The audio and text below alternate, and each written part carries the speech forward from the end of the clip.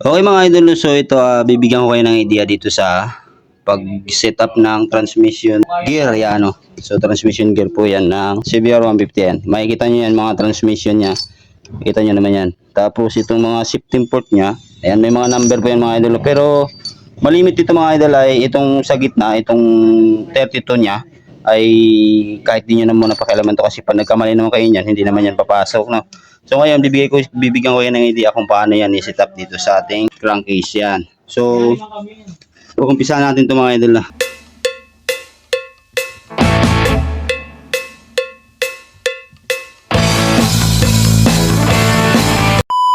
Okay, so sa paglagay mga idol, ganito lang. Yan, lagay natin. So may mga washer po yan sa output shaft niya tsaka input shaft niya. So sa paglagay, ganito.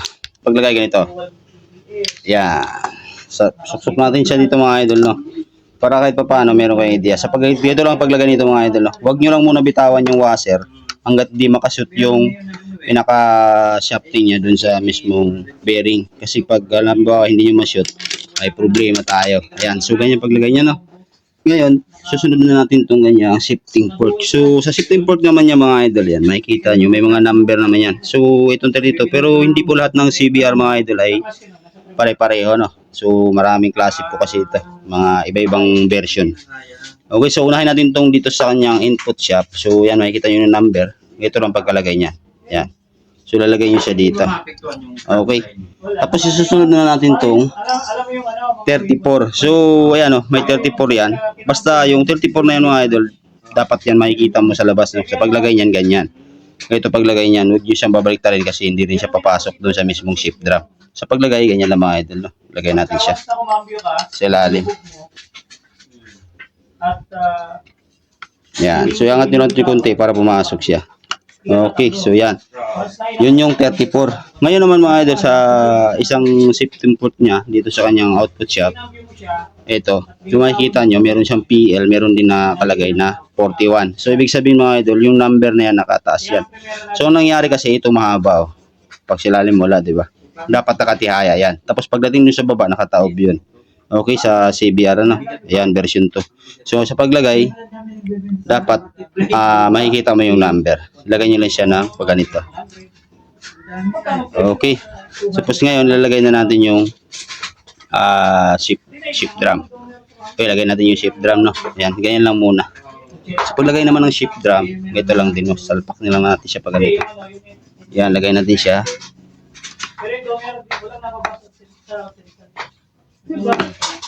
Yan. Okay. Tapos paglagay ng shifting port mga idol, no. Ayan, itataas nyo lang to ng konti. Ito, yung sa pangalawa, itataas nyo rin. Pati dito ng pangatlo mga idol, itataas nyo rin to para pumasok siya mismo sa guide ng shift drum. Okay. Yan. So lagay natin siya pag ganyan. Pati yung ilalim mga idol, iangat nyo rin siya. Yan. Tapos isusunod na natin yung shifting pin. Yan, lagay natin yung shifting pin. Para kahit pa paano, meron kayong idea. Yan. Okay. Lagay na natin siya, no. Yan. So, ganoon lang mga idol. Sa pag-check naman, kung papasok lahat, ganito lang din, no. Ikutin nyo siya. 1, yan, 2, 3, yan, 4, 5, 6, yan. So, kailangan pasok lahat. Papunta dito, tsaka pabalik. O, balik natin siya. 1, 2, 3, 4, 5, 6. Yan. Pushback natin siya sa neutral.